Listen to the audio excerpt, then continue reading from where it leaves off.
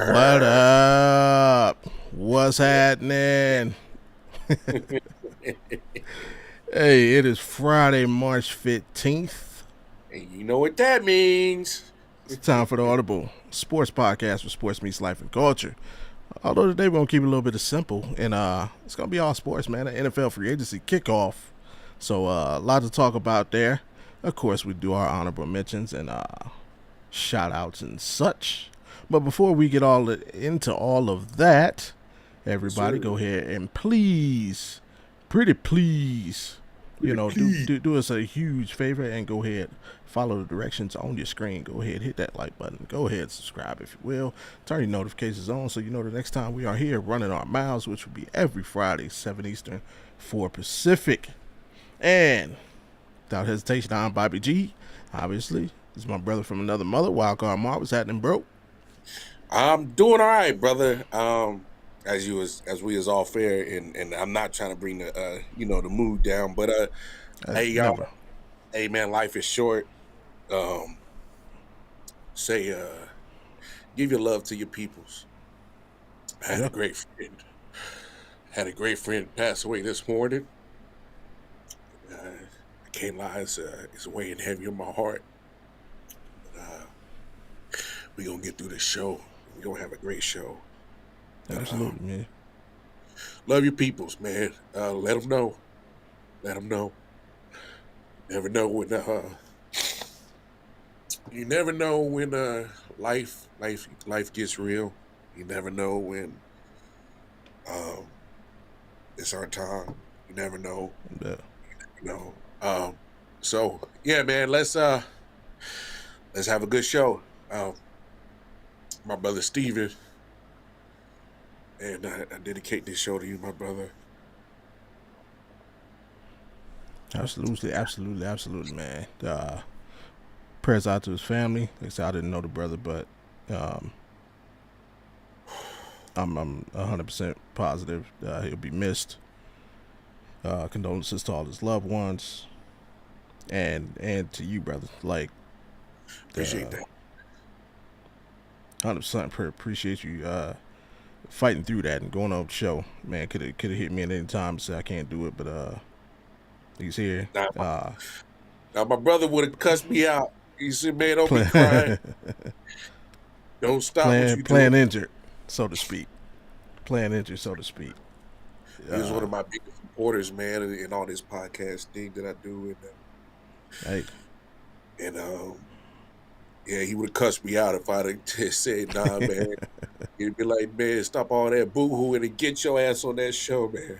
So yeah, yeah, absolutely. And that's, man. To go into a little story time. When most people know me, I did 8 years in the Air Force. During my final 4 years, I was stationed over in Germany. Started dabbling in music. I'm gonna say dabbling. I was full out pursuing it. I was spitting bars, as they say. everybody got bars. Hey, Bobby Hey, is a warrior, so I see it. I see it. but 2007, I got out. Obviously, once I got out, I planned to continue my music career. Got home the first week of July. I mean, not first week of July. First week of August. Got home. Within the first couple of days, I got there. Saw my mom. I hadn't seen my mom in probably about 15 years. Prior to that, so got to saw her. Saw her, my grandmother, my sister. They took a picture that day, all of us together. I think it may be the only picture in existence with all of us in it. Yeah, hope you got it framed somewhere, brother. And yeah, I'm pretty sure my grandmother has it somewhere. Matter of fact, she just sent me a couple of pictures of me from once upon a time. But a week later, my mom was murdered. Like, and 3 days after that, I had a show, and the show took place at a venue that was literally 2 blocks away from where it happened. Mm. So it's like, yeah, like I mean, not only do I feel your pain and know that you get like, sometimes just pushing through can be therapeutic. Yeah. Yeah. You know, it's the grieving process is strange. It's different for everybody.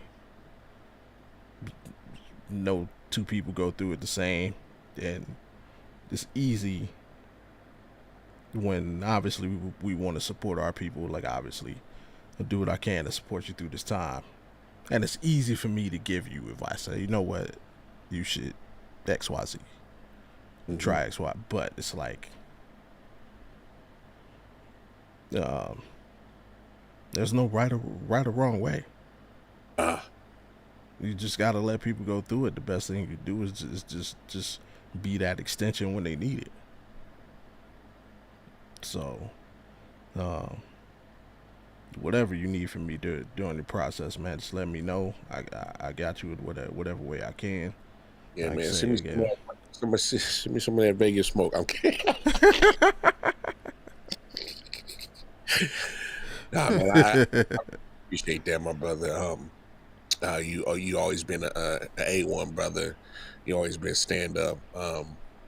And it's just been I've been enjoying this process. Doing what we do, doing yeah, podcasts. absolutely, absolutely, and definitely, we will do this one for the homie again. Condolences to his all friends and family concerned. And you know, let's make this the one. Let's make this episode one of them ones.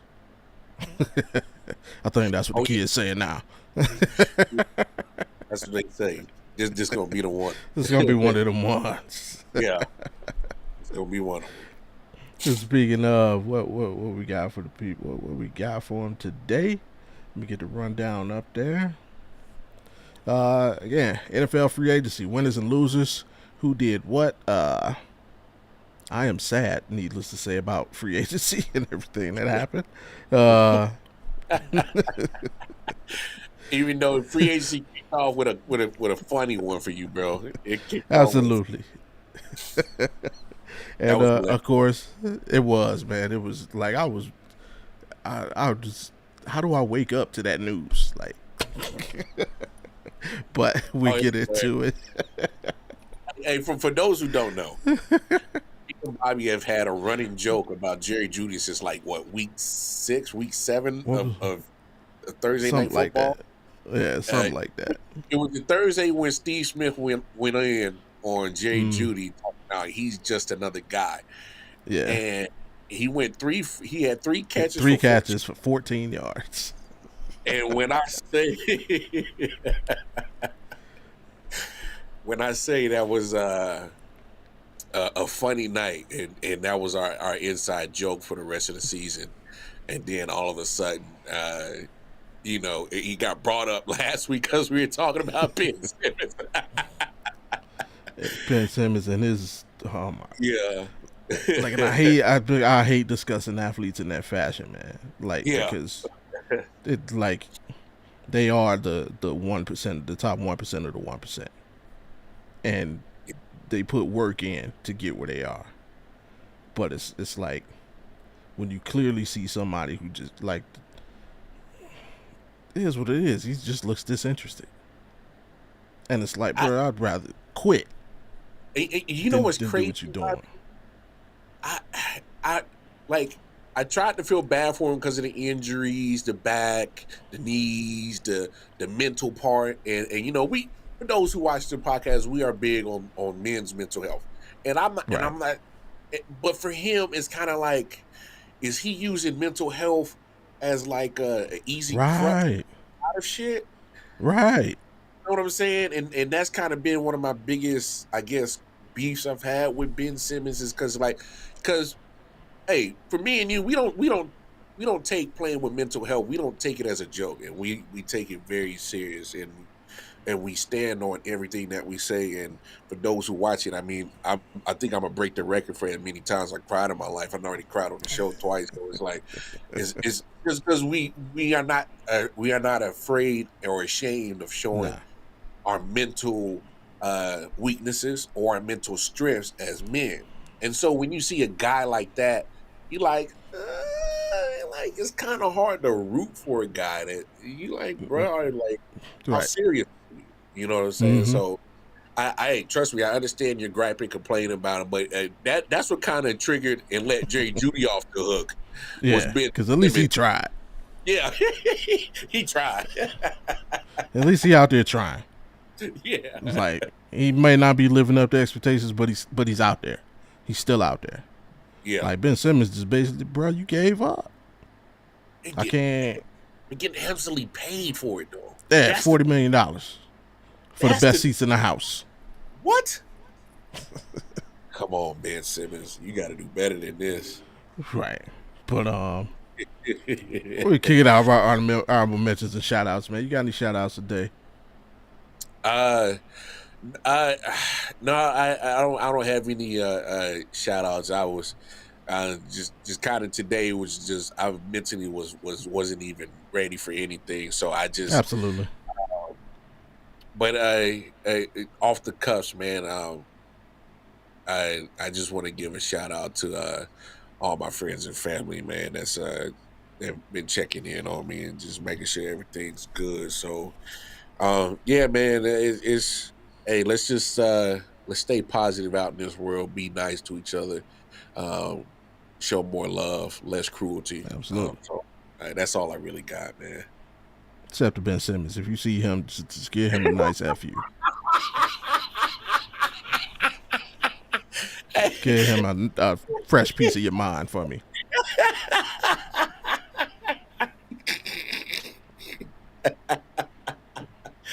Oh, that was hilarious. But I feel I get a couple. Shout out first. Shout out to my man Sean O'Malley. The Sugar Show was in Hey, full Sugar- effect Saturday. Yeah. Defended his title successfully. Fight went the distance. Unanimous decision. He put on the show, man. I think it was the best performance of his career thus far. To me, with every fight I've seen him, he's gotten better and better. Um, the he's got it. And for those that don't know what I'm saying, yeah, it's one thing to be a fighter. There's one thing to be a performer, and there's one thing to be a showman. There's one thing to be a master of your skill.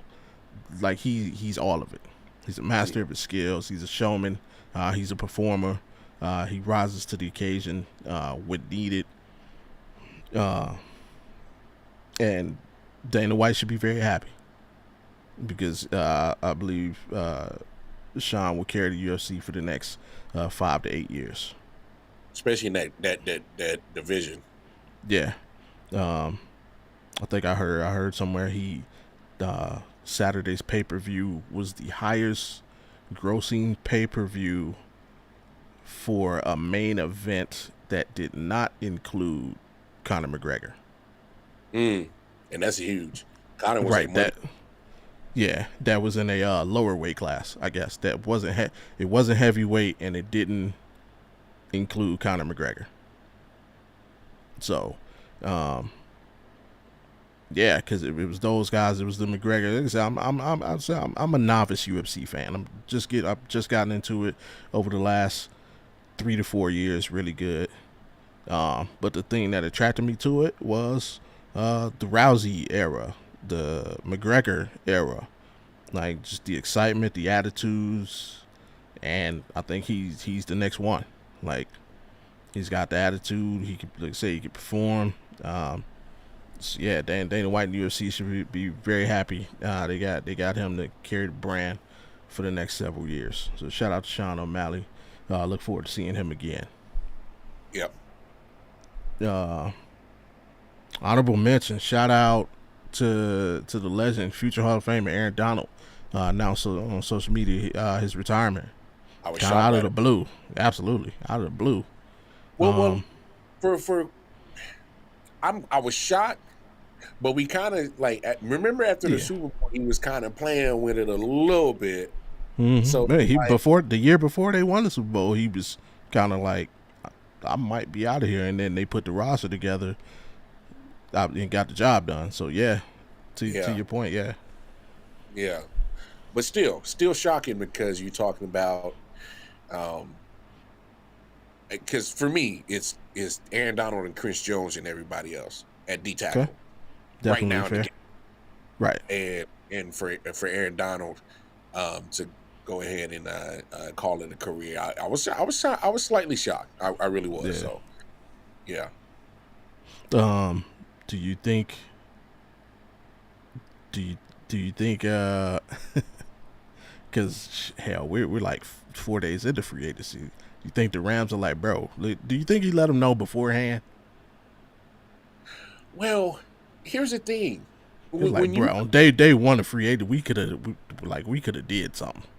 well, as a football team, you probably would have appreciated that more heads up, yeah. Yeah, But at the same time, like, when do you know as a football player that you're going to retire? I mean, we've seen football players retire in the middle of a football game. Vontae Davis. I mean, we've seen. that was so dope. I mean, we've seen guys retire in the middle of a season. We've seen guys Yeah, retire off season, preseason. So it's like, I don't know when you consider the right time as a football player to retire. I mean, Andrew Luck was at the game when his announcement was right. dropped in the I would preseason. never forget that. You know what I'm saying? They booed the shit out of him. So it's Yep. like, when do you know? I mean, only they know as the players, and as whether fans or whether administration or organization, they can get mad all you want. But my thing is like, that's their body that they're putting that, through Right. the ringer. So only they can know when it's time to go. And I don't think they do it for trying to be for any malice or malintent Yeah. to destroy a franchise or anything like that. It's just that they like, you know what? I'm pretty sure Aaron Donald was like, you know what? I'm about tired of doing all this work in the gym and getting my body to do this and I'm done. He Yeah. probably just woke up today and just said, enough is enough. So Yeah. he probably didn't feel like going to the gym today. So who knows? You know what I'm saying? Yeah, I wonder if that was it. He just woke up, got to the gym, like, you know what? Fuck this shit. Man, fuck these weights. I'm going back home, man. Take my ass back to sleep. Hell yeah. So I mean, I'm pretty sure he's well compensated in the bank account. And he was like, you know what? I don't Yeah. need. I've done enough. Yeah. I mean, the guy is a 10-time All Pro bowler. So it's like, That's the All Pro. That's a new award, eh? All yeah, Pro Bowler. yeah. I'm making up shit as we go. So, He's super but I mean, balling. a super baller. So what? I mean, what? I don't know what else he has to prove because I think we're with Aaron Donald as football fans. We were starting to have that conversation of Mm, most dominant defensive player all time. We were starting to have that yeah, conversation. You know what I'm absolutely. saying? So when you start having those conversations of putting your name with the LTs and the Reggie Whites and the Bruce Smiths, the Derek Thomases, the most dominant defensive players of all time. The Mm, Ray Lewises and all that. You start putting your name in that category and having conversations with that. I don't think it's really too much left you have to prove. yeah. So, Well, go ahead. Where you put him? Since you brought it up, because that is the next. He's now gone onto the land of where he's in the conversation phase of his life. He gets to listen to himself be talked about as a potential GOAT defender. man, to be honest, for me, because I Right. saw back end of Lawrence Taylor. Okay. So I've seen all of Aaron Donald. For Right. me, just because of what I've seen, Mm-hmm. I would have to put Aaron Donald over Lawrence Taylor. That's just me. Yeah, Now I know there's fair. people that, that have seen all of Lawrence Taylor, and I'm talking about back when in college days. Right. I didn't. I wasn't fortunate of that. I saw a majority of Derek Thomas' career. Oh yeah, Um, Derek Thomas was savage. I saw pretty much the back end of the 4 Super Bowl run of Bruce Smith. So I've seen his Mm-hmm. dominance. I've seen pretty much the back half of Reggie White's career. Um, I've never seen a dude like Aaron Donald literally get triple teamed and still get pressured. Mm-hmm. I've seen this dude literally throw guards and centers out the way, and a running back looked like he was about to literally shit on himself. And that running back is you, Ezekiel Elliott. I'm talking about you. Yeah, I'm putting your name out there. I've seen him literally dominate and throw your punk ass out the way just to get to Dak. I've Right. I and when you look at his stature, you like, man, what's this short little, compact little butterball dude gonna do? And then and on a no homo tip when they did the what's that the HBO Hard Knocks with the Rams. Yeah. Right. The dude is chiseled like a damn Greek goddess. Yeah. 300 pounds, flat stomach. I'm over here like, well, damn. You Oh know, man. I was like, well, damn. I think I need to go get in the gym because literally Aaron Donald is not tall. He's No. probably like what 5'10", 6 foot. Probably not even that. I'm giving him a little bit more credit. Like you said, 300 pounds of just straight chiseled, Greek goddess body, and I'm like, well, hell, this dude is tossing dudes like that. Hey, man, toss him out the club. Yeah. You got to go. Hey, you're done, pal. He like he's a bouncer. So for me, I would have to put AD at the top just because I seen crazy dominance from this dude, and I literally saw him crush the souls of Cincinnati Bengals fans because they had that Super Bowl. No, for Yeah. real. If people look Yeah. at Yeah. hey, Jamar Chase cooked Jalen Ramsey on a route on the sideline and literally had his hand up, Yeah. but because he was so good at getting pressure, Joe Burrow had no Yeah. time Yeah. to Forced eat. him out of the pocket and then What? slung him down. And there's a Super Bowl that went from Cincinnati's hands straight to LA's hands in a matter of seconds. So for me, I would probably have to put AD at the top of that most dominant defensive players. That's just me. Trust Yeah. me. Fair. People could make a case for LT. I understand that. Yeah. I understand it. People could make a case for Reggie. People could make a case for Bruce or other play. That's fine. For me, I have not seen one guy literally unstoppable. There Mm. was no stopping AD. The dude, he was just a freak, man. A freak. Yeah. They definitely, absolutely understand all that, all fair and valid points. To what you said, yeah, I'm one of those old people. I saw LT whole career. Just pro though.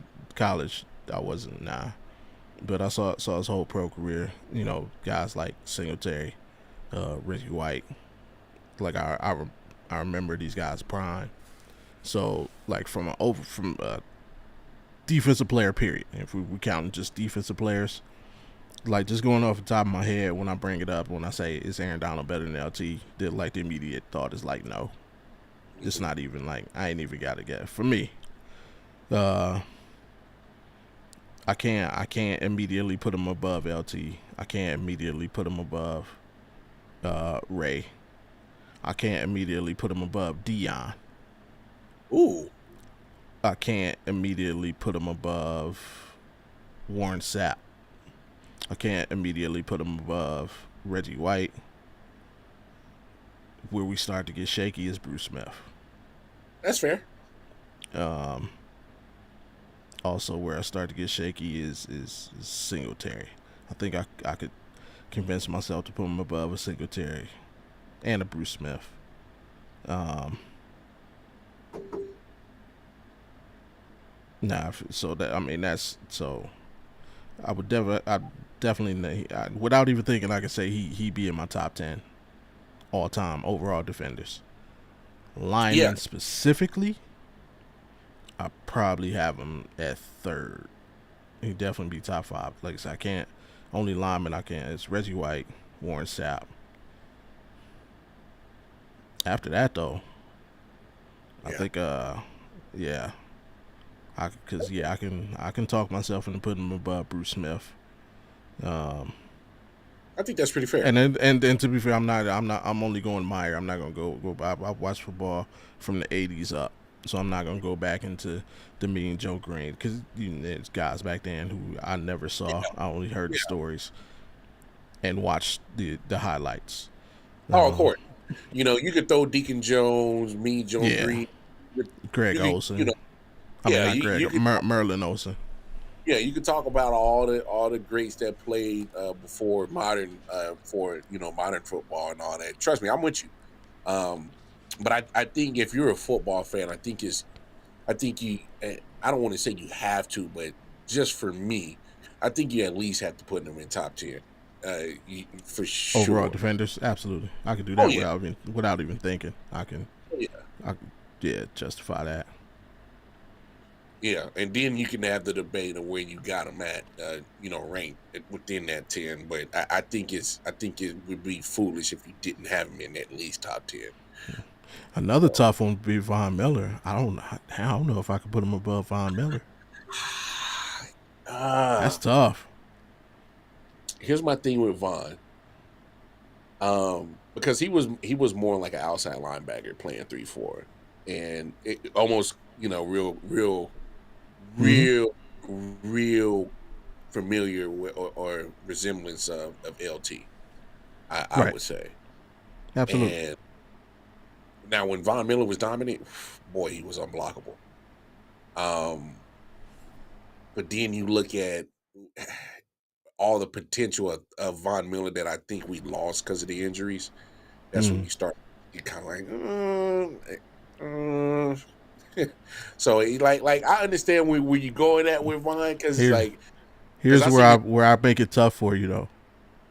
Here's where I make it tough for you. Yeah. Vaughn carried the Broncos to a ring, and when the Rams needed it, who they go get? Ooh. Remember that midseason trade that they brought in Von Miller, It turned and it. and they got the ring. Hey, it's funny you say that because like, if you really think about it, man, that wasn't even in full prime Vaughn. That was like on Right. the back end Yeah. of his. That's a Absolutely. fair point. You know what? That's a fair point, Bobby G. That's a fair point. And that's why I think I was like, that's a debate to be had. You could swing it. And then I thought about that. I'm like, yeah, because remember Peyton Manning, that was his injury. He was a noodle. His arm was a noodle that Oh year. yeah. He was basically just playing cerebral football. Here's my counterpoint to that.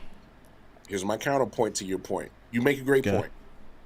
So Von Miller, that Super Bowl 50 team with the Broncos, great defense, Mm-hmm. right? Yeah. Von Miller still needed a Hall of Famer in DeMarcus Ware, though. True. True. That's my counterpoint But to your point. So, my counterpoint to yours would be he got MVP in that Super Bowl though. It'd be different if it, ooh, remember he got the MVP. He went ooh, out there. He showed out. He got to the big game and he showed out. Von Miller was MVP of that. Yep. Oh, damn, I forgot about that. Yeah. Remember he had the cam second. I don't want no parts.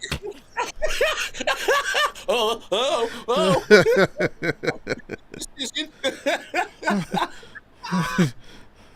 You good? You good? You should have been a lawyer. I was never too late. Yeah, nah, never too late. Nah, never too late, bro. That's a good point. That's a good point. I give you that. I give you that. Okay. Other guys that kind of make it tough is uh, Troy Polamalu. That's Oh yeah, Ed Reed. Yeah. yeah, Reed. Mm, That's my dog, bruh. If I could, I'm uh, so I kind of talking off the cuff. So if I could Right. have Prime on one side, Darrell on another side, Mm. I would have Ed Reed at free, and I would have Cam Chancellor at strong. Mm. Okay. I think that will be. You talking about no fly zone? I First of can all, I can dig it. Ed Reed is a ball hog, so anything in the air is he's saying is his anyway. Yeah. Cam is just trying to headhunt, and he's about to knock you the hell out anyway. Yeah. And then I have two legit shutdown corners that literally shut down each side of the field with Prime and Darrell. I that Facts. I think that would be like if that would probably be my like my secondary that if just regardless of age or what era they played in, I Yeah. would like to have a secondary built like that. Oh my gosh. Oh, I'm like 50. I'm 50% there with you. Because okay. I'll give me Prime and Ed Reed also, but I gotta put Troy up there. Mm, Like he just makes play. He may be the greatest instinctual football player to ever play the game. I can give you that. And I'm like I'm every time when I think of Troy Polamalu now, I hear Pat McAfee.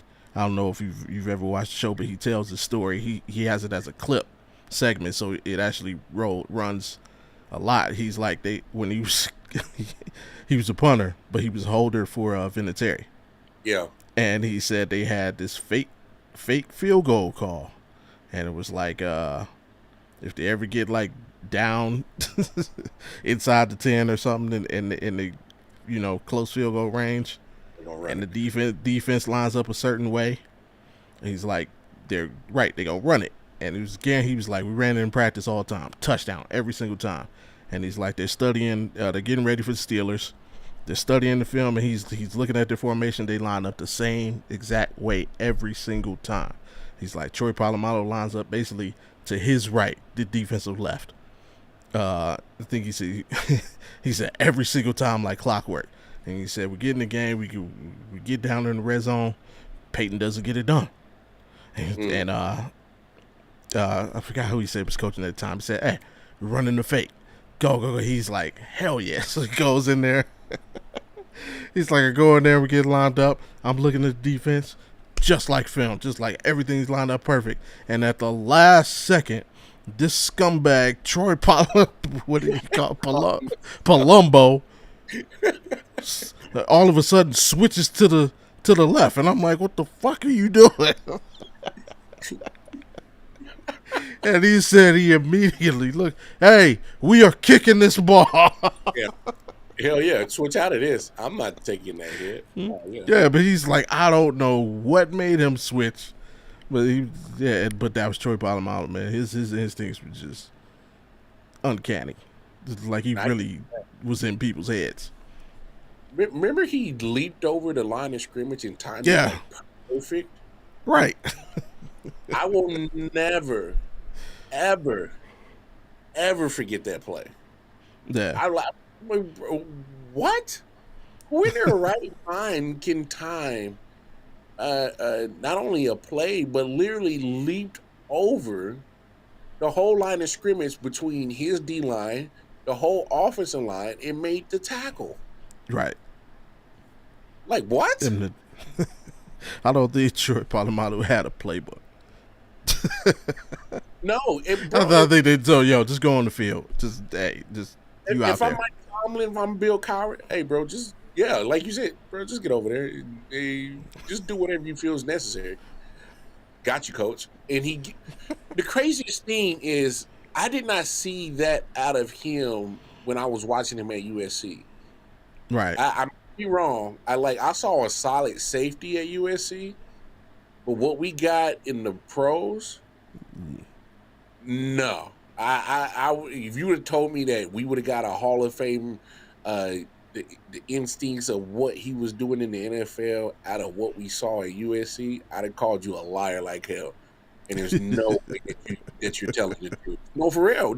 Yeah. Because I remember watching him at USC. Because obviously the flowing hair was a very, instinct sign Mm-hmm. of him. So it's like I remember, just Goldilocks. Just he went, but I called him Goldilocks. Just locks just flying out the helmet, and the dude just made plays, man. Yeah. I'm not I'm not mad that you put Troy. If you put Troy and Ed in the same secondary, I don't know how the hell you even pass the ball. It And might no, not for even need corners. Just two safeties. like for real, like I don't. You bring up a good point. I don't even think you need corners at that point because they were just both of them. And because there's always been that debate: would you take Troy or would you take Ed? I'm like, Yeah. both of them instincts were uncanny. Mm-hmm. They would make.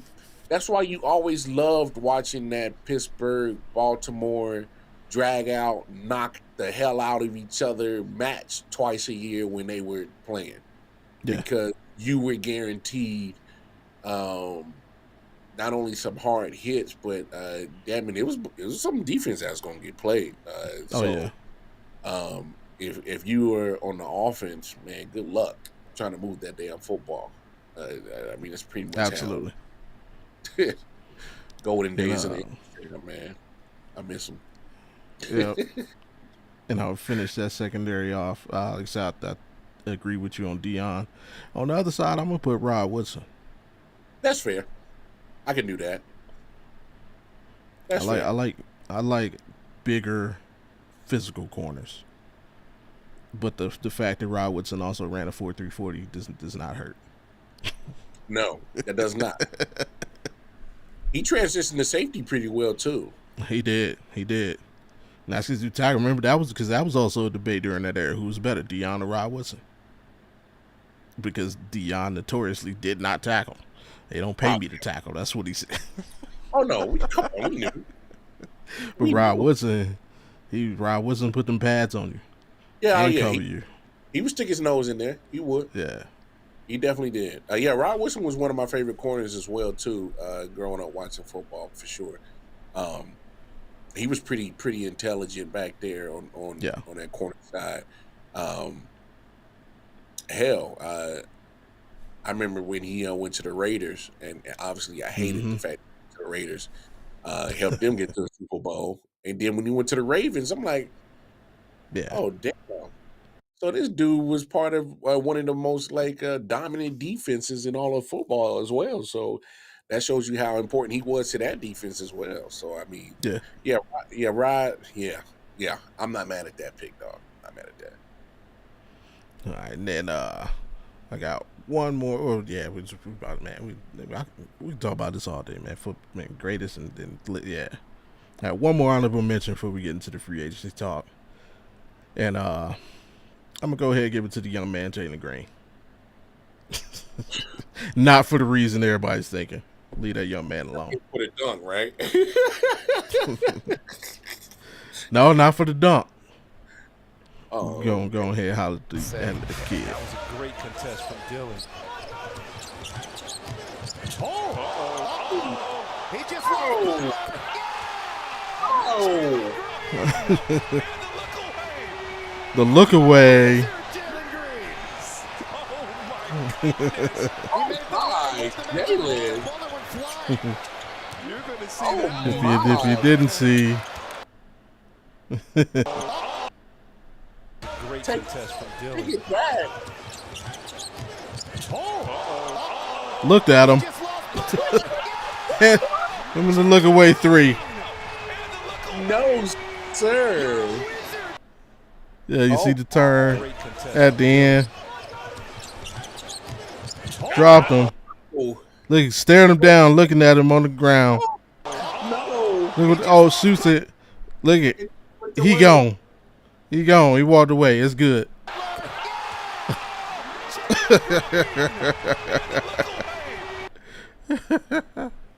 So yeah, shout out to the young man Jalen Green.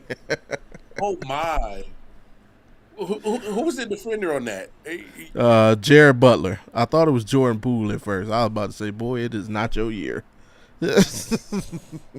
Oh my. But Jared Butler. Whoever, Jared Butler. If that's the defender, oh my, you sir. Hey man, whatever coins you collected from the NBA, just go ahead and collect them. Call it a day. Call it a wrap. And just be like, hey man, it's been real. I don't know if you come back for that. You come back for that? You don't come, Bobby. You don't come back from that, dog. You got to. They didn't. So he tried to go back at him. I don't know what happened on the play, but it didn't matter. The damage was done. You just come back next game and you try harder. That's all you can do. Nah, I'm good. But all I know is, in my head, I hear the boy. Shout out to the homie Filet. I hear his voice. Ain't nothing down there. Hit him with the boom. Boom. Oh man, but yeah, let's just get into it, man. Whole free agency week opened up. I put a thing up on Twitter. I was like, if the NFL draft is like Christmas, what holiday would free agency be? And oh man, I forgot, what did somebody say? Like Thanksgiving. Yeah, because there's just so much going on. It's like you get greedy, you just want to keep eating it up. So that makes sense. A lot of news flying. But hopefully all your teams did what you wanted to. I am not happy. I mean, I'm okay with what my team did, but I'm unhappy about free agency because I'm gonna tell you, man. I believe the Pittsburgh Steelers are legit Super Bowl contenders. I do not like. I do not like what's going on in Pittsburgh. As a Browns fan, I think we need to start free agency over and see if this is just everybody rip up their contracts and let's start over and see if Pittsburgh can not come out on top, because I think they're winning. They're definitely on my winners list. Obviously, you saw the move with they got Russell Wilson. I guess today they traded Kenny Pickett to the Eagles. Yeah. So let me ask you this. Signed Patrick Queen. Yes, they did. I thought that was huge. But I got to ask you this though, because obviously you missed the AFC North. You in the division. Yeah. If this doesn't work out with Russ, I mean, what do you think they really But it do? is. It is. Oh, you think it's I'm going to here work out? today, Friday, March 15th at 4:52 Pacific Time, 7:52 Eastern. I'm saying Russell Wilson is the remedy. They made it to the playoffs with Kenny Pickett and Mason Rudolph. Mason Rudolph finished off the season. They made the playoffs. Yes. Russell Wilson is going to allow them to get back to playing old school Steeler football. Run the ball, rely on the defense, play action. Yep, that play action, and you got George Pickens on the outside. Now they're gonna trade the boy Deontay. Yeah, they already traded. But they're not worried, because one thing historically is look at their roster. The Steelers have drafted wide receiver very well. Over the past 30 years. Right. You could list them all. Mike Wallace, Plaxico Burress, obviously AB, Juju, when he even Chase Claypool's career started on an upward trajectory. So they don't have an issue drafting wide receiver. That's true.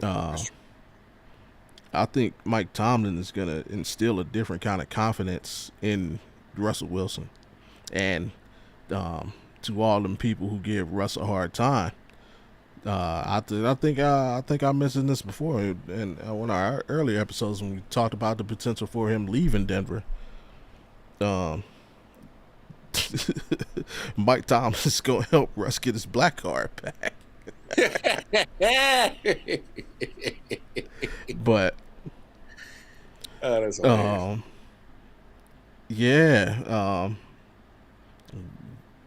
Mike Thomas is going to remind people how good of a coach he is. That's all I can say.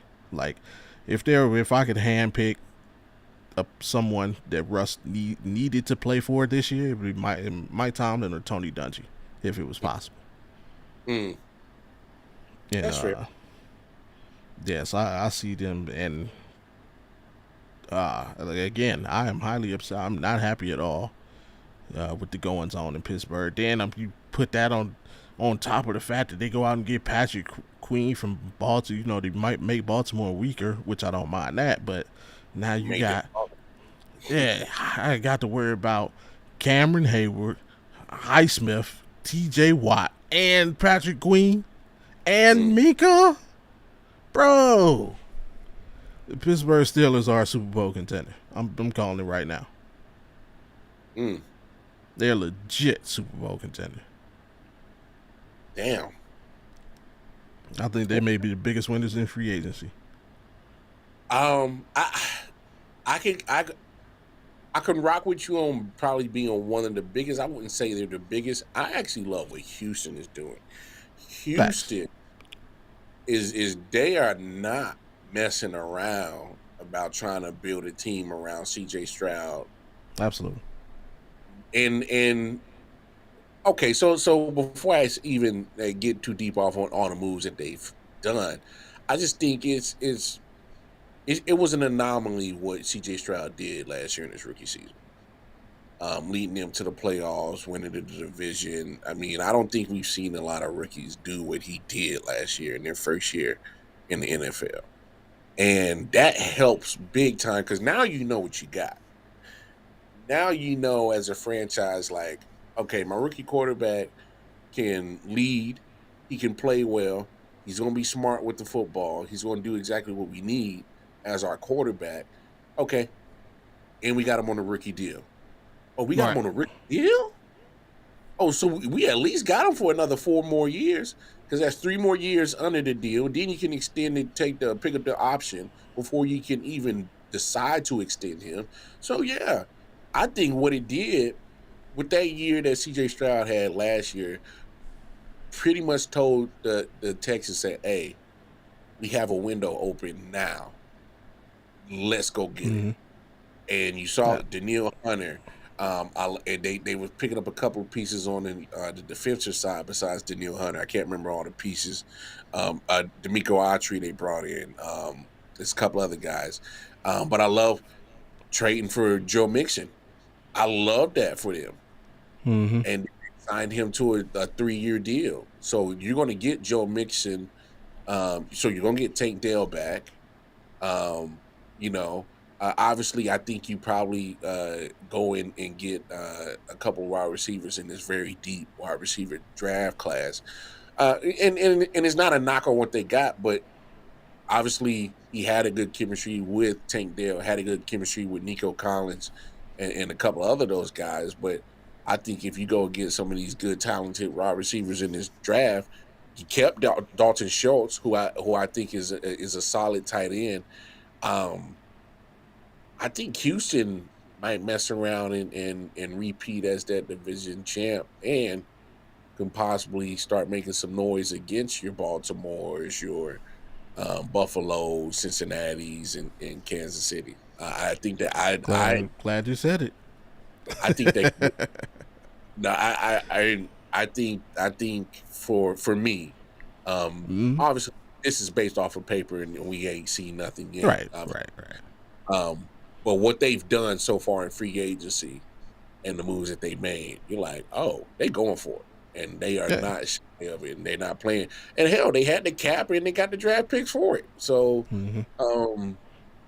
I think CJ Stroud has pretty much changed the whole.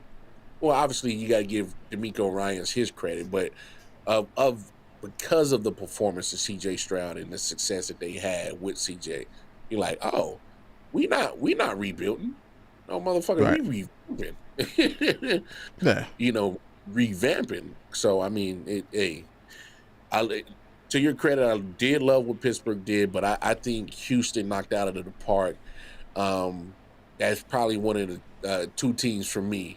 Both Pittsburgh and Houston kind of stood out as teams that say, "Hey, man, let's change some shit up in here and make ourselves a better franchise. So I think those two teams definitely, I give them A+s on what they've done so far, for sure. Yep. The only thing that gives me pause on Houston, is with great power comes great responsibility. And last year they went from worst to first, and obviously with that, now they're gonna face that first place schedule. That's the only thing that gives me pause. So you're looking at games against.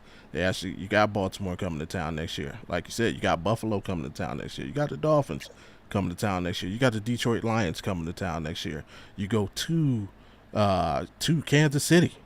They do. You're going to see the champs. You're going to see the Jets with a healthy Aaron Rodgers. You're going to see the Packers in Lambeau, and we know we're going to Lambeau can get you sometimes if you're coming there wrong.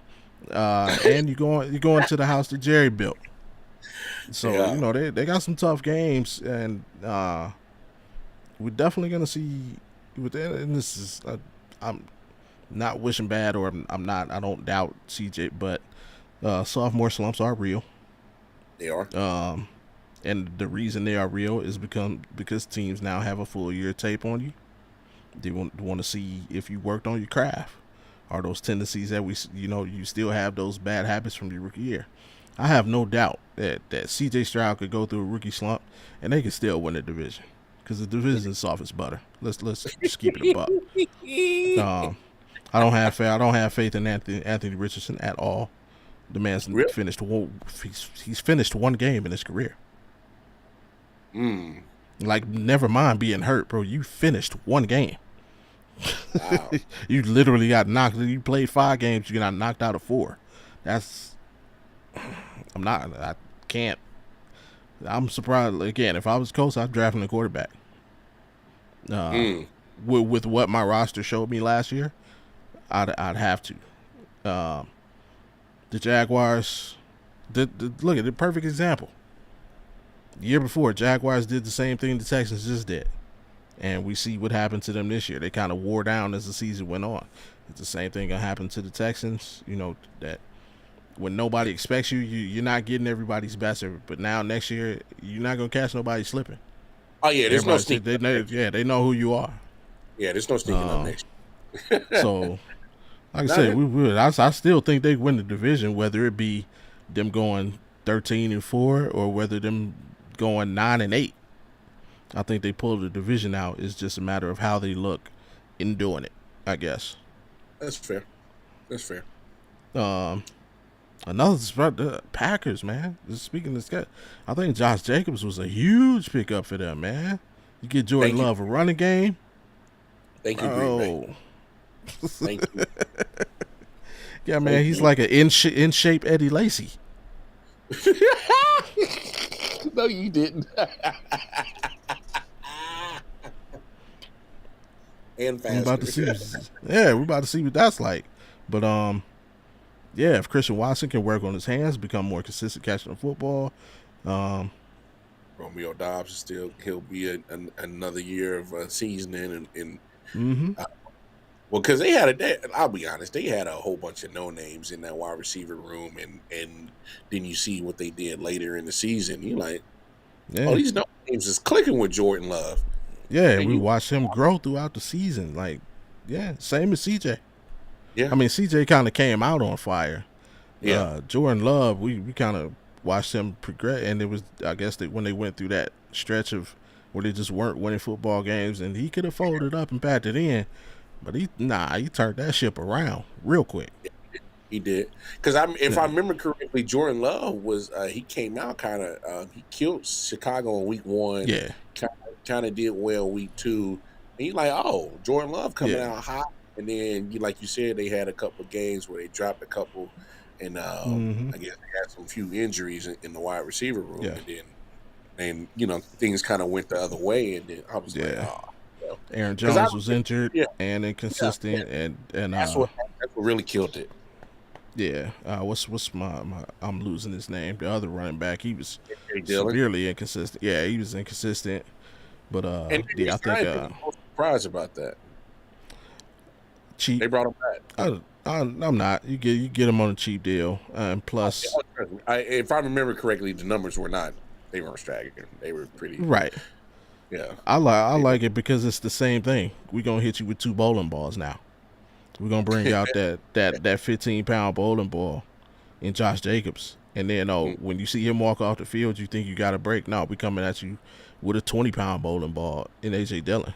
So I, yeah. I kind of like, like Yeah. nah, but yeah, um, yeah, I look for Jordan Love to take another step, and I look for the Packers to take another step. So I like that move. I like you guys honestly, Hollywood. I love that move for you guys. Um, I'm frightened. Low risk, high reward. Oh, it's Yes, definitely a I low am frightened. reward. Um, it's definitely the financial contract we gave him was definitely low risk. It's a 1 year deal. It's a prove it deal. Um, Yeah. it's probably a crap ton of incentives. I didn't see the whole breakdown of it, but it's probably no more than $6 or $7 million, and then can go up to about 11 with Mm-hmm. incentives. So, it's pretty similar to what we did with Juju a couple of years back when he Yeah. signed the 1 year deal with us. We went to the Super Bowl, and then he almost put up 1,000 yards and got him that contract with New England. So this helps both teams because Mm-hmm. um, Hollywood Brown, maybe short in stature but explosive with speed. Yeah. Um, Run straight. yeah, he's definitely takes the top off your defense. Um, we can't forget like his one big year in Baltimore had 1,000 yards with Lamar Jackson. So and that was with Mark Andrews putting up another 1,000 himself. So Mm-hmm. he's about 2 or 3 years removed from that season. So it's not too long ago. Oh no. Um, I think with Marquise Brown is especially his time in Arizona was the health. He wasn't Yeah. consistently healthy in that in turn kind of messed up his consistent Yeah. play. And they But didn't have a quarterback. uh, no, they didn't. Because They yeah, Kyler tore his ACL, so he missed half of 2 seasons, and then in pretty the much. middle, you had Josh Dobbs and the rookie for. So yeah, he didn't have a chance. Yeah. No, that's I think that's legitimate points. And but for obviously for the Chiefs, I'm just happy that they pretty much retained everybody that's been part of the winning. Yeah, Obviously, look, keeping Chris Jones in house to me was the number one priority. They made it yeah, happen. Um, I'm not sure what they're going to do with L'Jarius Sneed. They tagged him. They gave him the transition tag. Trade talks have stalled with other teams, and hey, that's fine. Because I think the Chiefs win no matter what in the situation. What it does is it lets them either move on and get compensation back for them because they're going to get compensation back. I mean, you're talking about probably one of the better corners in the league. yeah, Me personally, I would love ones. Throw me some ones. So if not, second round possibly. Regardless, I know Brett Veach, the GM, is not going to just get fleeced off of the trade compensation. So that I do know. Um, or he plays on the tag this year, but it won't be too expensive. Probably, I think it's around 20 million or something like that for the corners. mm, Or we can. It's still time to still get a long term deal done. Who knows? Patrick just restructured to actually bring the Chiefs under the cap, and it probably leaves about 14 to 15 mil left to play. That's not including Hollywood Brown's contract, but right. um, we'll see what happens, man. I'm okay that the Chiefs weren't overly aggressive, especially in the wide receiver department. Look, Tennessee, I'm not understanding why didn't y'all just keep AJ Brown from 2 years ago? I didn't understand that. Now you just gave Calvin Ridley, who's about to be 30 soon. He's 29. I don't even think AJ Brown is even what 25, 27, 26 around Yeah, there. in that range. Yeah, Yeah. super young. So Yeah, albeit I understand that was a different general manager regime that made that decision, but regardless, is I hey Calvin really that kind of bread? I like Calvin. I don't. I think you overpaid for him. You know, I think the Raiders overpaid for Christian Wilkins. Yeah, you It know, bees like that sometimes. no, yeah, I get it. It'd be like that sometimes, but I mean, you look at some of these, and trust me, I'm not mad at the players. Players always get your bread. I'm just talking Yeah. about. I'm a business kind of thinker at the same time. If I was a Yeah. general manager, would I pay Christian Wilkins that kind of contract? Because he got a contract that's not too far off from, what Quentin Williams is getting, Yeah. and for me, Quentin Williams, I think is a level above and beyond Christian Wilkins. That's just me. Uh, Fair. because I like Christian Wilkins. I prefer Quentin Williams. I prefer even Right. Jeffrey Simmons to a T before I would go with Christian Wilkins. But hey, they had a need, and And if if yeah. if it wasn't going to be Chris Jones, it's not like Christian Wilkins is a bad option. So he's not a Right. bad option. So some of these players, I'm like, yeah, you bet on yourself and you got good, boy. You got you a nice little contract on that one. And Calvin really definitely he definitely bet on himself, no pun intended, and then got him. And we got him in trouble in the first place. Facts. Um but I think we got to talk about the elephants in the room, big dog. What was that? When Sam Howell got traded from the Commanders, that to me that I think that says a lot. Mhm. And when you see Kirk Cousins get the deal in Atlanta, that says a lot. Um, for me, what it says is that people aren't. I don't know if they don't believe in Justin Fields to go and get him Mm. because let's look at the spots that we all thought that he would go to. Those seats are drying up. Yeah. Those spots are getting filled, and it makes Chicago at this point. It makes it. I think it makes it even 10 times harder to move off of Justin Fields right now. Yeah. I don't think. I It's don't. almost better if they held him on to him for another season, or at least to the trade deadline, because you figure uh, a quarterback's going to go down. To be honest, I mean it happens every year. It's unfortunate, but it's the reality of the situation. Like there's going to be an injury somewhere, Hmm. and there's that potential for trade right there. Also, I think something that hurts Chicago is one. Everybody knows you have to deal them. So I True. don't think teams are eager to negotiate against themselves. Second, there's a commodity with higher upside that I could probably get for a little bit cheaper. And don't forget, Dallas has Trey Lance. So like, if I'm looking for somebody with a similar skill set, like if you're trying to get a second for Justin Fields from me or for dude, I can go give Dallas a third for Trey Lance and try that out. So Hmm. it's yeah,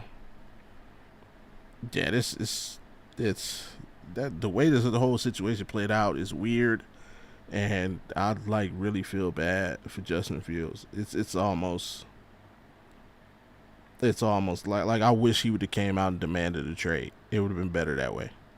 Oh hell yeah, yeah, Like if he yeah. just came out and said I want out, it'd been better for that. To But I hear, understand, he's trying to be political. He's trying to play the game and not be that guy. But yeah, sometimes you got to sometimes forcing your hand is good.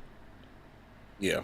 No, no. You bring up a good point because if it's at this point where y'all talking so much, this whole off season, what you gonna do with the number one pick and what you gonna do with Right. me? Then it's like, well, shit. I've been over here getting my ass kicked left and right, been beat up, but I'm still giving y'all highlight plays And the crazy thing is you starting to look at some of the people that they're putting on that offensive side. So just acquired Keenan Allen. Mm-hmm. Um, just got um the running back from Philly last year, DeAndre Oh yeah, it's Swift. Swift. Yeah. Yeah, Swift, and I think Swift still has a lot of. He's still relatively young at the running back position at like Yeah. 24, 5 years old. So he's I still mean, the at. Eagles stopped running the ball in week 2 as well. Well, yeah, that too. So, um, I think he still has some. I think he still has at least 4 or 5 years of good, productive years still left in the tank. Obviously, DJ Moore, Cole committed tight end. Like they've added some pieces on that offensive side. Like, oh, they really trying to do it. So it's either you either setting the house up and getting it furnished for a new person to move in, or you Mm-hmm. might as well, or you're renovating it for Justin. So I think they need to make a decision at some point in time. But for right now, you're looking at. I thought it made perfect sense for him to go to Atlanta. They give it to Kirk. You know, Yeah. okay, makes sense to send him to Pittsburgh. You know, oh, they go get Russ on a 1 year deal, which Yeah. in for me with the Russ situation, I think for Pittsburgh, that's hey man, let's see what we can do with Russ for this 1 year, but it's more as in let's make sure before we give him this 3 or 4 year deal that we actually are it makes sense before we Mm. because I think if Russell has a great season that 1 year in Pittsburgh, if he even goes like halfway or 3 quarters through the season and has them in playoff contentions or at the top of that division, I think they go Yeah. ahead and sign him for another 3 4 years. I think they go ahead. Oh Um, yeah. I mean, because even me and you had the conversation. It's not like Russ been playing trash football the No. last couple of years. You know what I'm saying? Uh, so for me, I think that's a seat gone. What do you trade him to an in division rival in Minnesota? I don't know Hmm. if you necessarily do that. Um, Somebody brought not up an interesting point or interesting Seattle as a potential destination. Yeah, they get Gino has a deal that's very easy to get off of. oh yeah, very easy. I think Yeah. that's why they made that Sam Howell deal. Is because Um, I'm not sure if they're 100% sold on Gino being it because I mean, let's be honest. 2 years ago, Gino, hey man, they wrote me off. I ain't right back. It was a good story. It was cute. Yeah. And Gino looked like New York Giant Gino last year. I mean, we got to be funky with it. He took a step back, and it's like okay. So I mean, if Seattle's not a Raiders still. I think. Look, I know you bring in Gardner Minshew. You give him $25 million over the next couple of years, but I mean, are you settled with him? Are you fine with him battling with Aiden O'Connell for your starter?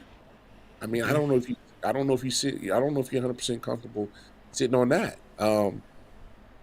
So I mean, hey, those are probably the only two seats that are starting to make sense of that's what's left. Because everything else, I mean, what New England? You see them there? Uh, New England's sitting at pick three. I mean, they're Yeah. guaranteed. They're guaranteed one of those top three quarterback prospects. Right. So I don't know if Or that's Marvin even Harrison. or Marvin Harrison. Oh yeah, but regardless, because I'm trying to wrap in the teams that need Yeah. a quarterback. Do you if I'm Denver, I mean, we owe Russell Wilson $85 million over the next 2 years. Like, do you go in and give up all his compensation and potentially in 2 years sign Justin Fields to a big ass contract?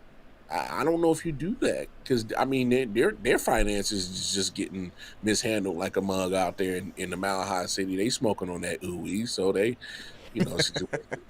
So I mean I don't know, man. Chicago is this probably is going to be the most intriguing draft in a while, where you're like, there's so many. It feels like a WWE show. Like it really does. It's like the entertainment value on this draft is going to be spectacular because you're like, what do you do with this? Yeah. Here's one I want to throw at you. If I'm Justin Jefferson, I want a contract soon enough. Well, why the hell would I want to stay in Minnesota when you got rid of the quarterback? They helped me get these beautiful numbers out here. And what are you doing at the quarterback position? You bring in Sam Darnold? I mean, that's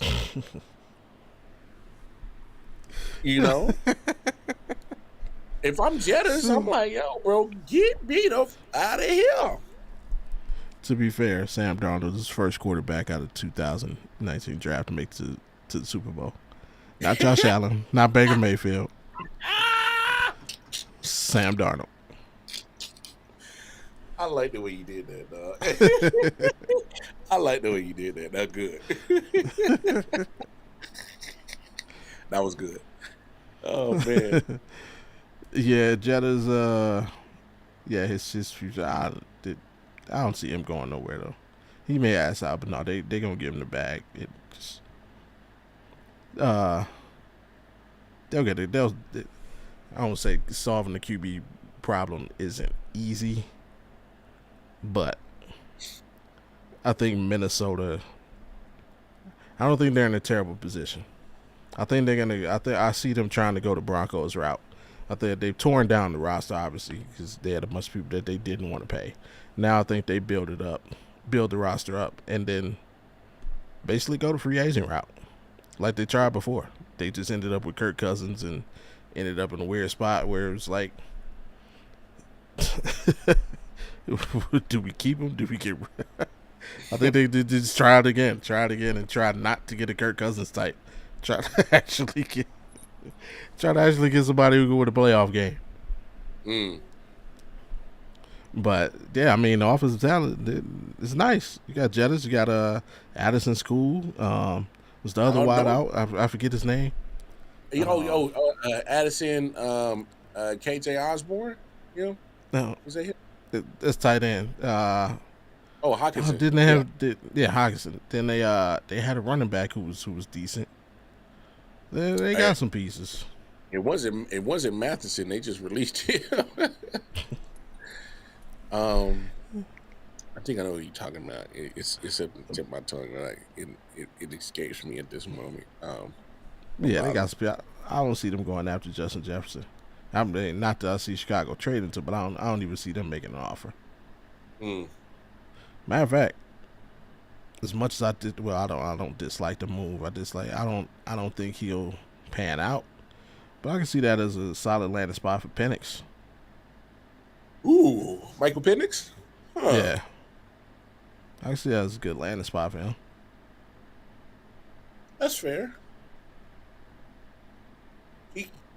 Michael Penix, I think, is because here's the thing with Penix. Obviously, he's older, so he's about 25, 26 years old. So he's been around. He's going to be your mature, ready quarterback, as in he's going to be more mentally ready to deal with media and dealing with the curve of learning how to be a quarterback. Right. So I think he can compete coming out if he goes to Minnesota. Yeah. That's why you got a playmaker on the outside to make him look good. So it's a very winnable job. Yeah. I wouldn't mind him going there. Yeah. That's a good point. That's a good point, Bobby. I like that. Yeah. But don't just take our word on things. Run down CBS Sports, their list of winners and losers. No particular order. They don't have them ranked at all. They just winners. The Cleveland Browns. Oh, you don't believe that? I wouldn't.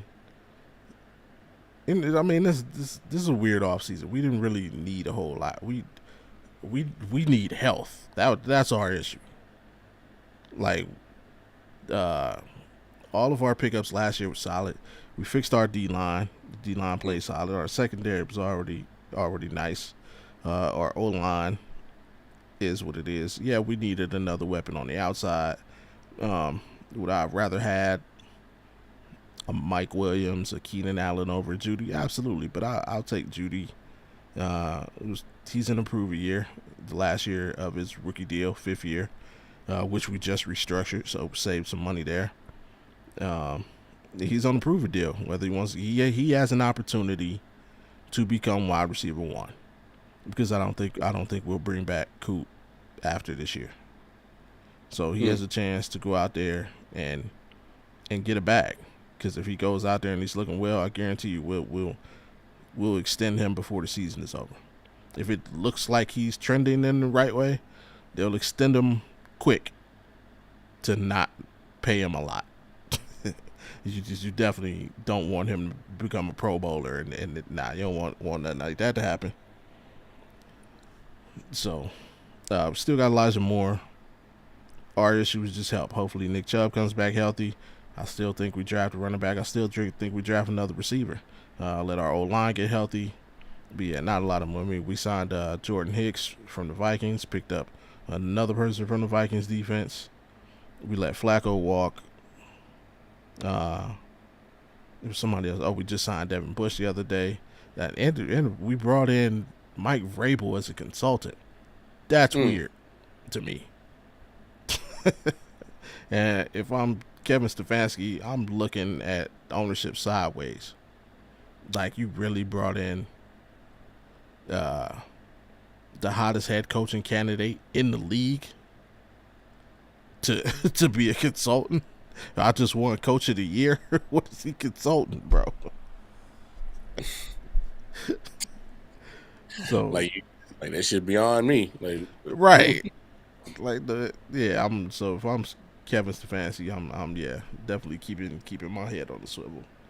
But I wouldn't call us winners in the off. I mean, it is what it is. You Houston Texans, they're on the winners list. The Rams. Ironically, the Minnesota Vikings. They did pick up Aaron Jones. Forgot about that too. Yeah. Tampa Bay. They're on the winners list. Yeah, re-signed Mike Williams. So gave Baker a bag.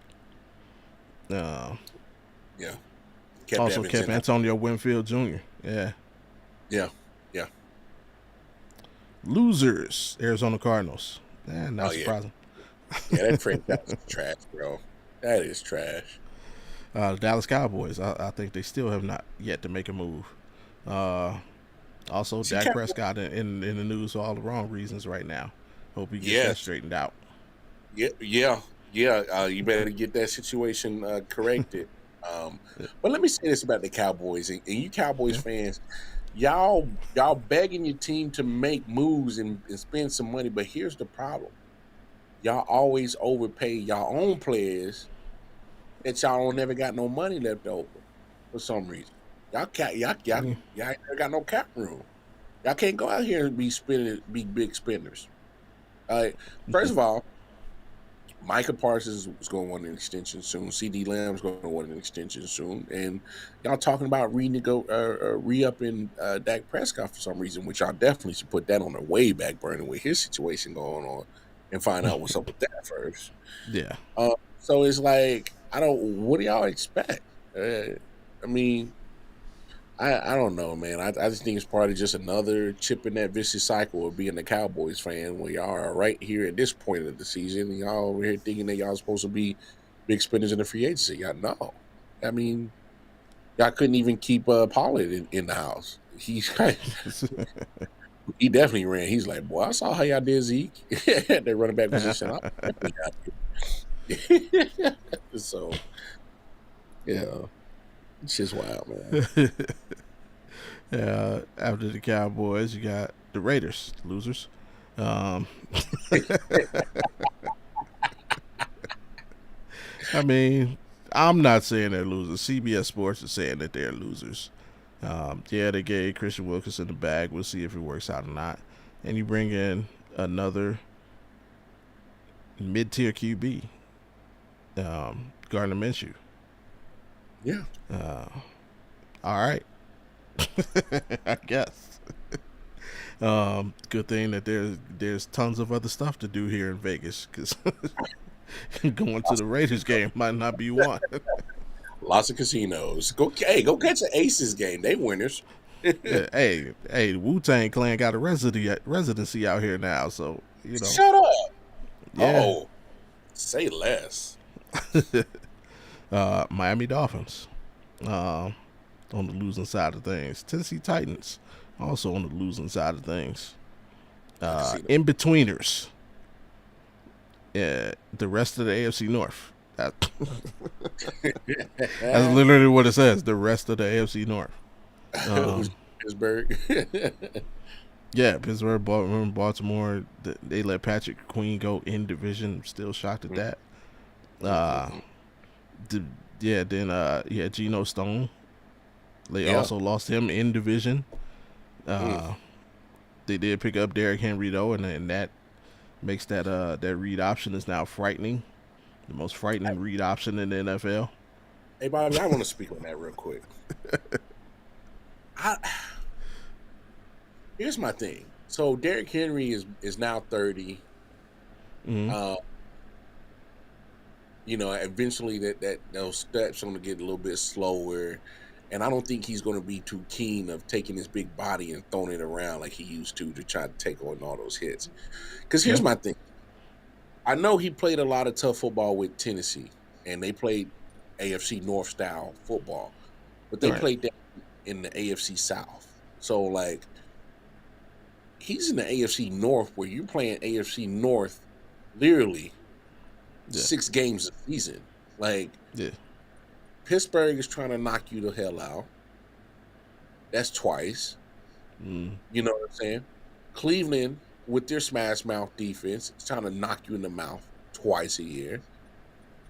And then you got Cincinnati, who's never shy of being physical. That's 2 more times. Those are the 6 games. I don't know if I'm not trying to jinx Derrick Henry, but when you're that big and you're getting older, I don't know if your body holds up in AFC North style of football. I just don't think it does. So as much as Ravens fans are hooting and hollering, "Oh, we got Derrick Henry," I'm like, you ain't too far removed from a foot taking you out. I mean, a foot. His foot took him out. Yeah. And so we talking about an AFC North style of football where it's smash mouth football for 6 games. And we ain't even talking about the rest of your schedule. For 6 games where those 6 games could take you out of the other games on the schedule. When we talking about, old school, you better hope that your shoulders don't get dislocated. We ain't got, and you're a bigger guy, so guys are automatically going to tackle you low. So we talking about, your hips, your hamstrings, thighs, knees, ankle injuries. I just think just the style of the AFC North style of football is a lot different from what he's ever played. Yes, he's had AFC North opponents. Yes, but I'm talking about in division games. That's a different type of punishment that him being 30 from him being 26 is a huge difference. Right. If they were getting Derrick Henry at 25, 26 years old, I'd be like, oh shit, like that's scary. Like, oh my god, like, oh, Baltimore, they trying to do it. We talking about a dude 2 years removed from a foot injury that took half his season, and he's 30. Are you like, you can put up all the Instagram photos and videos of all this weird heavy lifting training you doing all you want. I don't give a damn. Now you got Patrick Queen on the other side in Pittsburgh ready to drop the boom on you with him and Alex Highsmith and TJ Watt and Minka Fitzpatrick. Yeah. The dogs on Cleveland that love hitting the shit out of people. Derrick Henry, I think the last 2 times we played Tennessee, he's not gained over 40 yards. Point proven.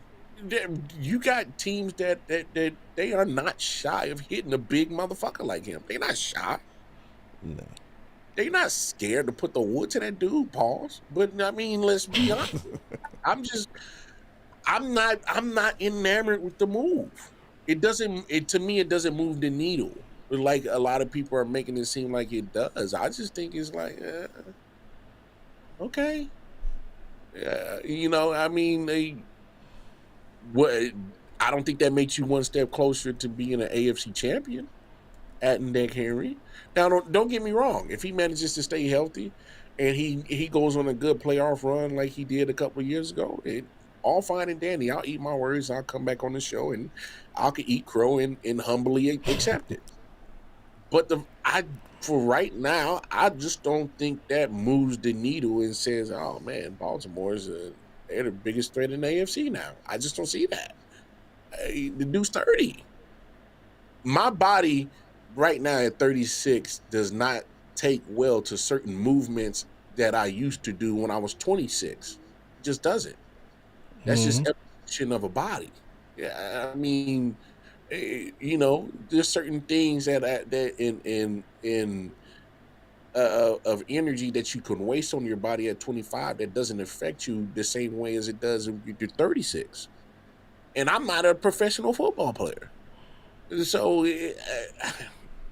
Baltimore Ravens fans, y'all can hoot and holler all y'all want. Y'all really think that move changes everything with y'all in the AFC standing or the AFC?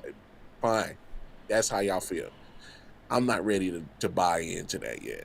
I'm just thinking it's like, it's just a good addition to your running offense. Okay, but your running offense wasn't the issue.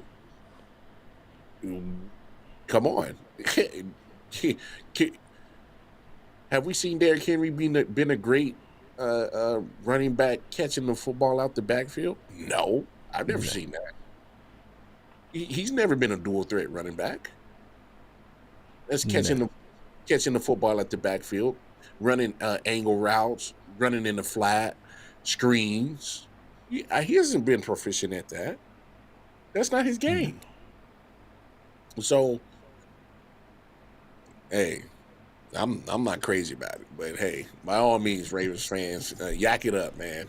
Yak it up about adding Derrick Henry at 30 years old. You're not getting throw motherfucking Josh Norman 10 rows into the front row stands at Derrick Henry no more. That ain't the same Derrick Henry you gotten. It's not what you're getting. That is not what you're getting. When it do farm the whole world to the ground and stiff arm herd around the world. That's not the same dude getting. What the hell? So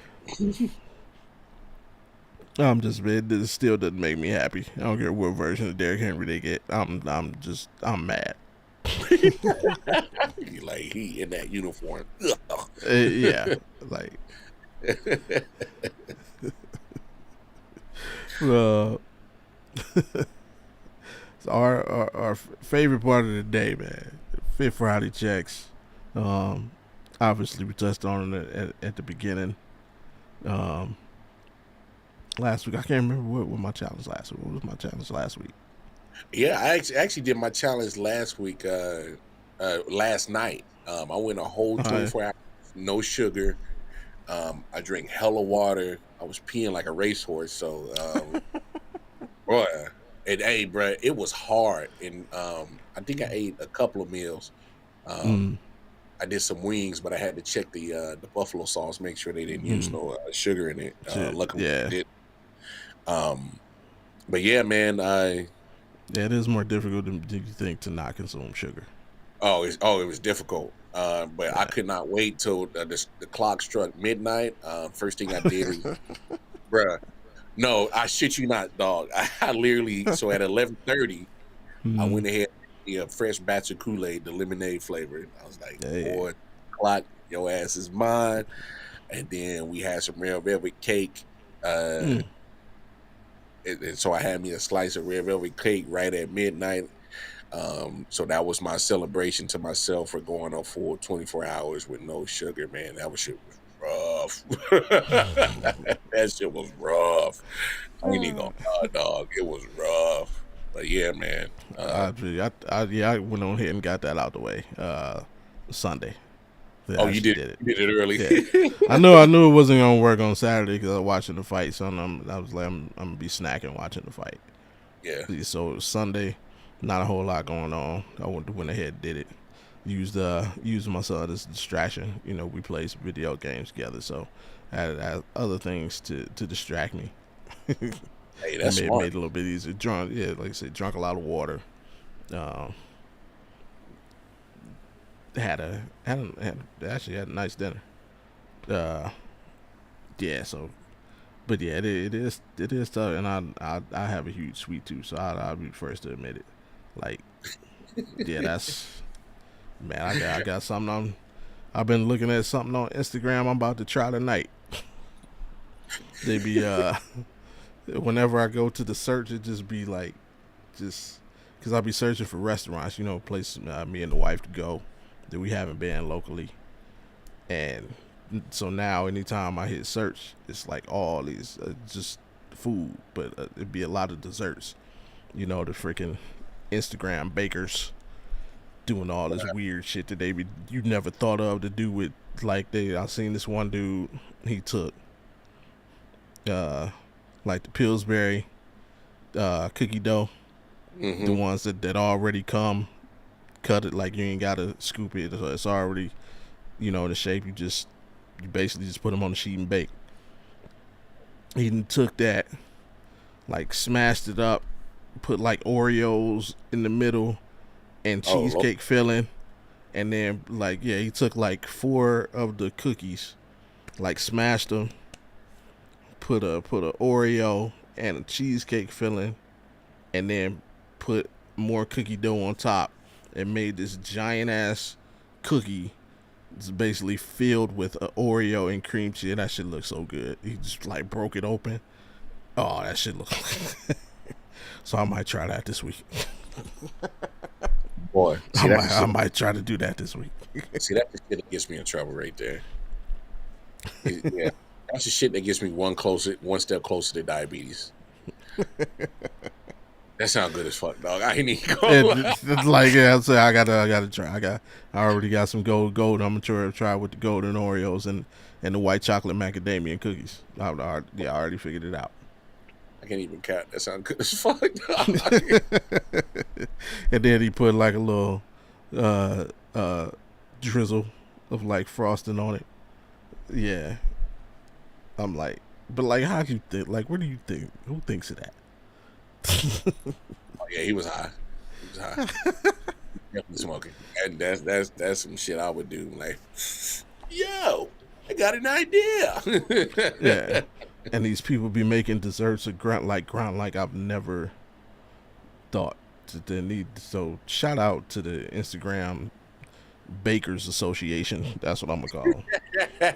The 'Cause they be like yeah. Whoever thought to ground up like Oreos and use it as like a pie crust? Oh no, bro.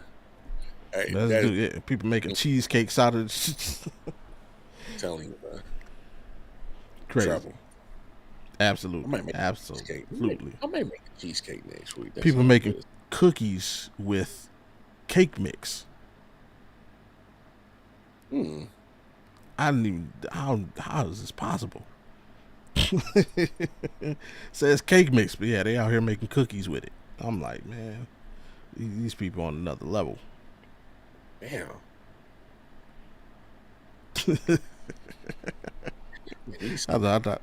I can cook certain things. You know, I got my secret chicken seasonings and going on. So I got that put together. But these people with these desserts, man, I don't. They be thinking they outside the box with it. I have done a sweet potato cheesecake before. I made that. Yeah, my mom used to do that for me. Some I double love it. layered. The Oh, double layer. nah, I did the swirl. So I kind of Okay. like put it. I put the cheesecake at the bottom and Mm, the sweet potato mixture up top, and just took like yeah, a and swirl it with kind of toothpick. swirled it, Yep. and it came out nice.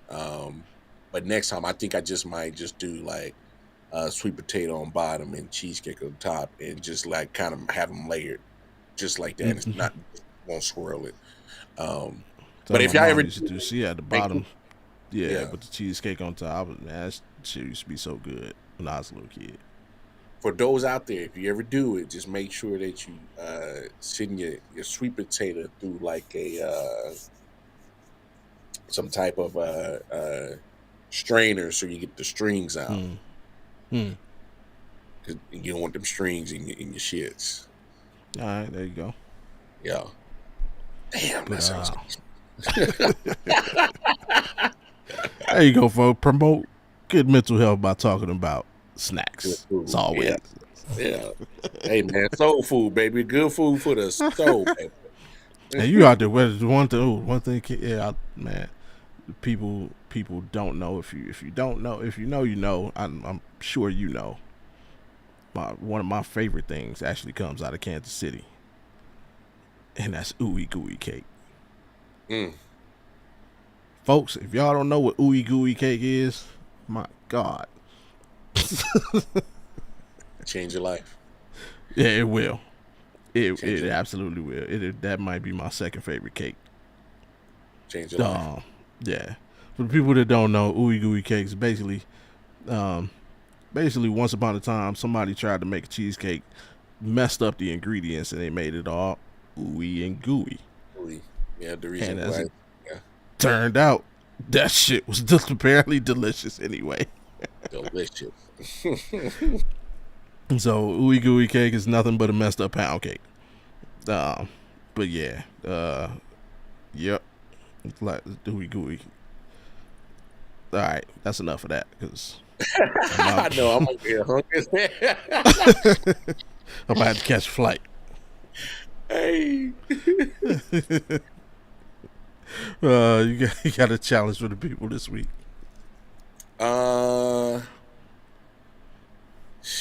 And I ain't think of one. Nah, man. So wherever challenge you got, I'm gonna make sure I knock it out.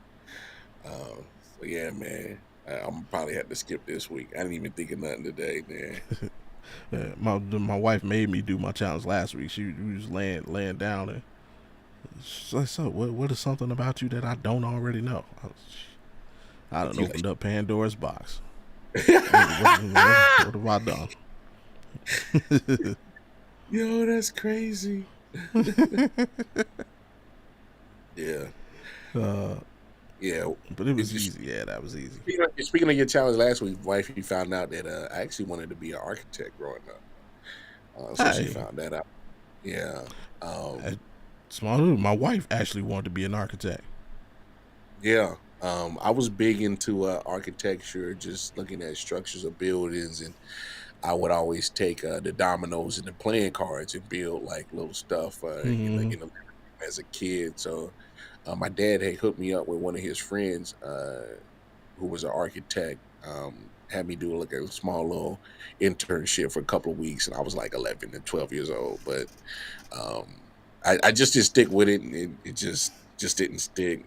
But yeah, man, Mm-hmm. that was one of the things that she found out. Um, I had found out she wanted to be a lawyer, which it makes sense Wow. when we get into arguments, and she always has things so perfectly lined up. It made sense. I was like, okay, that makes sense. So, yeah. So that's why I'm consistently losing it. Man. Facts, dog. I'm like, damn. Hell, I'll throw one out there. I'll throw one out here to the Audible. I can't remember what I told her, but I'll do one. 7 times in my lifetime, I have stood at the exact point of where it's raining and where it's not. Damn. That's happened more than once for you? Yeah, 7 Man. times.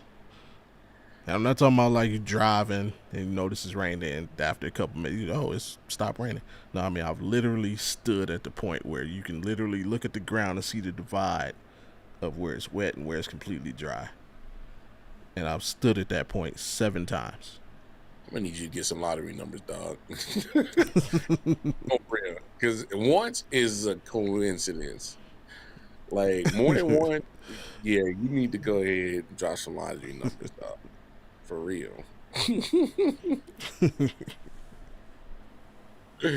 Oh, let's see. Good challenge for this week. One St. Patrick's coming. Is it St. Patrick's? Is it this weekend? It's Is it Sunday. St. Patrick's? Don't drink too much. We're gonna go out there first. Hey, if you Drink do, get you responsibly. yeah, drink There you go. responsibly. That's for sure. Uh, a good challenge for the week. I got one. We'll enjoy it. And I guess since people will be relaxed after St. Patty's Day and calm down, and it's spring break for a lot of people during the month. Kids is home. Yeah, my kids are eating up all my damn food. I'm saying, I'm glad they're going. So glad they're going back to school Monday. All my chicken breast gone and fresh cut turkey and smoked. Man, go back to school so I can start making me some good sandwiches again. I'm with you, dog. We'll say for those with children out of school and with significant others, anybody who lives in your household with you, pick out a good movie. Let's watch a movie.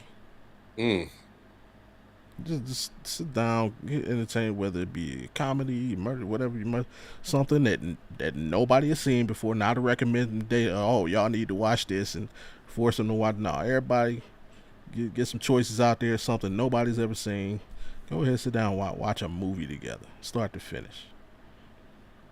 It's a good one. It's a good challenge. Love a good movie, man. Yeah, I'm a movie buff. Like I used to go, man. What do you say? Sometimes when I was supposed to be in school and I didn't quite make it, I had, I had a friend that worked at a movie theater. So instead of being all out in public and the truant officers could get you, I would go just go to the movies, watch different movies all day till it was time to go home. So, and then my grandmother, she worked at the public library in Cleveland. So the big joint downtown, and she would always bring different movies home. So yeah, I love movies, quality movies, good entertainment. Acting, acting. I love a good thespian, not lesbians. A good thespian. You wild, dog. That my boy Joaquin Phoenix, he's killing it right now. I can't wait to see Joker 2 next year, or at the end of this year. One of them. Either way. Say who's my favorite right now? Michael Fassbender. I love Michael Fassbender. That dude's the truth. Obviously, you go with the classics, Denzel, Tom Hanks, those guys, but there's some guy, Lakeith Stanfield, shot at him out a couple weeks ago. Book of Clarence. If you ain't seen it, go check it out, man. That movie's fantastic. Lakeith Stanfield is really growing on me. That dude is an actor. He's Donald Glover. Yes. Donald Glover, very talented. Yes. So yeah. Yep. And if you tell me to watch something, recommend something, I would definitely check it out. Doubt. Other than that, anything for the folks when we get out of here? Hey man, love your peoples, man. Let them know, and more love out in this world, people, man. Less cruelty. Let's get it. Absolutely. I also now to apologize to the people. The episode did not upload last week, and I realized there was an issue on the website. But as a bonus, at midnight tonight, in case you don't want to see our beautiful faces, last week's episode and tonight's episode will both be available wherever you get your podcasts: Apple Podcasts, Amazon Music, Google Podcasts, and Spotify. So double upload tonight. Definitely check it. Last week, I had fun. Last week that was the top 10 gangsters. That was some fire. Hey, I got a lot of feedback now, and they was like, "Yo, I love what y'all do." I was like, "Yo," I was like, "Yo, like, share, subscribe."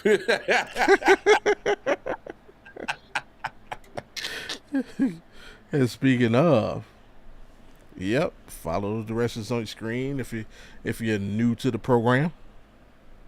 Turn the notifications on so you know the next time we are here running our minds, which will be next Friday, as we are every Friday, 7 Eastern, 4 Pacific. And you can get all your culture. Oh, I missed something, man. We get on this next week. The Nelly thing. That's what I want to talk about. I don't know if you heard about Nelly's. He said he came up in like the toughest era in rap. I saw that. Yes, let's discuss that next week. Yeah, that's definitely a good combo. And I think Method Man Method Man came out and co-signed him. I don't blame him. Yeah, think about that there, but yeah, that's something for next week. Obviously, anytime you want to hear us talk about something, hit us up on your socials. X Audible Pod at Audible Pod. Of course, you can reach me at Audible_BobbyG, and you can reach Mar at KC Wildcard Mar. Yes, sir. Other than that, until next week, hit y'all with the Sammy Sosa. Slugging Sammy Sosa. Is he still a white? Is he still an old white man? I don't know. I ain't never seen a motherfucker as dark as me go so bright. Oh, what the fuck is this? I got a dark skinned friend, look like Michael Jackson. Got a light skinned friend, look.